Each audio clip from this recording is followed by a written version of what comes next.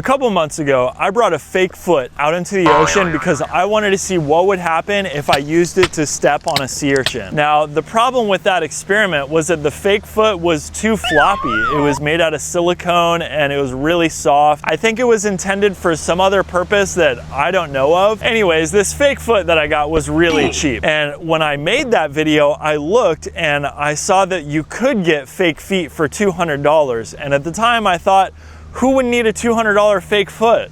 Well, after I used the fake foot that didn't work so well, I thought maybe the $200 one would actually work. Now I know what you're thinking. You're probably like, there's no way this dude is gonna spend $200 on a fake foot to take it out in the ocean and try to step on a sea urchin. Well, you're right. I actually spent $400 on 2 fake feet and I'm taking them out in the ocean to step on sea urchins. If you're new to the channel, I'm Shanger Danger. I make ocean science experiment videos where I take crazy ideas that I have and bring them out into the ocean to see what's gonna happen. If you're a returning viewer, don't worry, I still pick up trash when I go out in the ocean. I just don't always make videos about that as much anymore. So now that I've got my feet ready, let's get out there and see what's gonna happen when I step on the sea urchin with these $200 fake feet. So now I'm on a mission with my friend Lindsay to find the gnarliest sea urchin for my prosthetic foot to step on. You may be wondering how one can justify spending $200 on a fake foot. I have to say, there is a noticeable difference in the build quality between this one and the last one I got, which was only 10 bucks. First of all, the silicone is a lot more skin-like. For example, when you squeeze it, it feels a lot like squeezing a real foot. Beyond that, there are some kind of bones inside that make it so the foot can be articulated. Finally, and I would say this is the most glaring difference that makes the foot look a lot more real, is that there's no hole in the bottom of this one. As we began our search, Lindsay pointed out the first sea urchin that we saw, and it looked pretty big. But upon closer inspection, it wasn't measuring up to some of the other ones that I had seen before. While I was measuring the sea urchin, Lindsay found a pincushion sea star. When she put him back down on the ocean floor, we found a huge pile of sea urchins. This is what I'm talking about. They're all huge.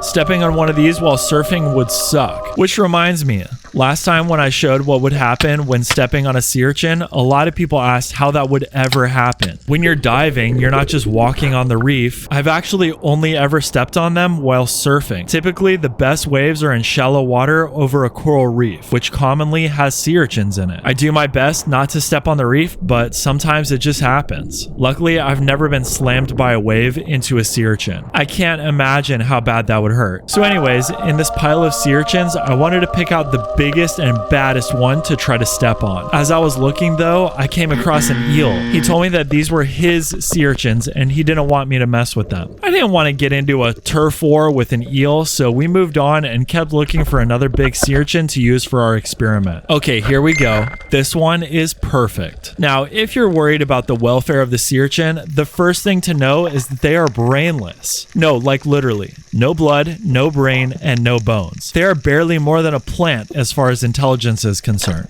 Second, in a lot of the world, they're invasive. They destroy the coral reef and there are no predators to stop them. In Hawaii, apparently they aren't invasive, but as you can see, there are still tons of them. I rarely see the animal that's meant to keep them in check, a horned helmet, which is a mollusk, so I don't feel bad breaking a few spines for an educational moment. Now it's finally time to step on this sea urchin with the foot. I set up my second camera and got my foot out of the bag. I want to carefully step on the sea urchin and apply a lot of downward force, as if it was being stepped on. Okay, my second camera isn't stable enough here. I gotta find a new spot.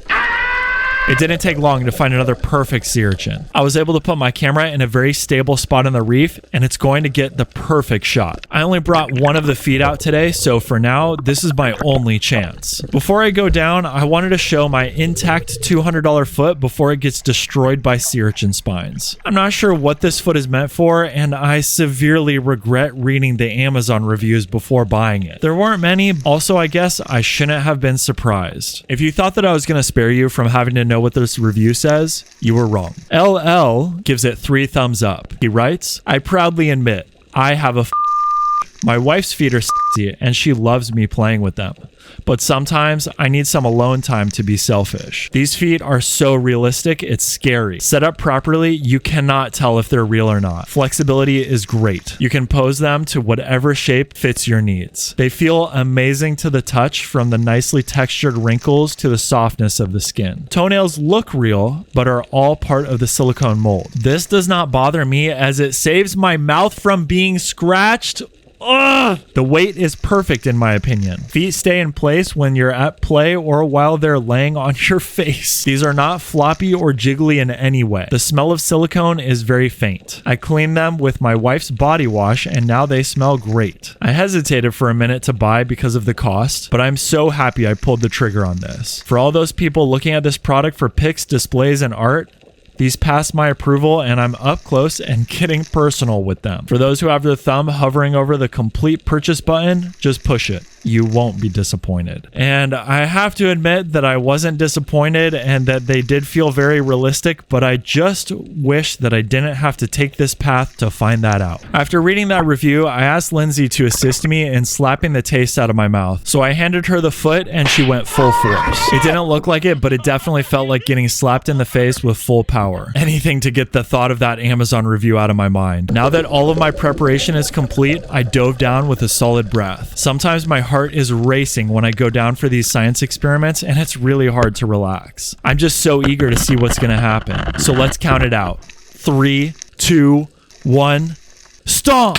It's crazy to think that the sea urchin kind of moves out of the way. That step was really good, and I feel like it was a realistic representation of what happens when you accidentally step on a sea urchin. Okay, let's see the results. It's actually so similar to what my foot has looked like in the past when I've stepped on a sea urchin. Even more lifelike is having to ask a friend to remove the spines for you. I've tried to do it myself, and usually I can't get my foot flipped over to get a good look at it. The barbs were still sliding out fairly easily. So I think at a molecular level, the silicone in the foot still has a different structure than our real feet, because our real feet definitely get the barbs stuck in them, and usually to get them out I have to cut the skin and use tweezers. Our skin just has a certain grip that silicone never will. Another realistic scenario that could happen with a sea urchin is to kick it. You would think that I would know better than to kick a sea urchin, but this is exactly how I got stuck the last time I did. I was climbing out of a rocky surf spot and the sea urchin was right where I was trying to put my foot to climb out. There is no worse pain than having the sea urchin spine stuck in the front of your toes. Okay, maybe childbirth, but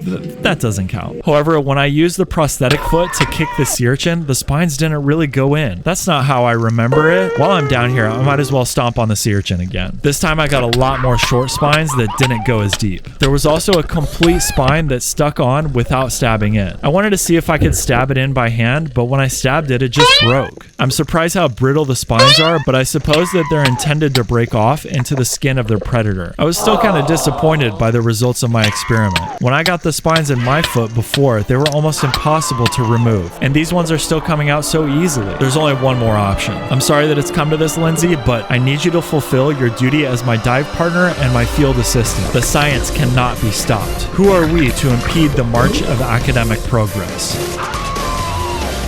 If you enjoyed this video, make sure you subscribe to see the next time I do a crazy underwater experiments. I have tons of things up in my head that I'm gonna do. And of course, I'm gonna keep up with the regular stuff that I do, picking up trash in the ocean, visiting my ocean sea creature friends, and all the other stuff that we do here in Hawaii. Until then, I'll see you guys next time. That's all the stuff we saw. Bye.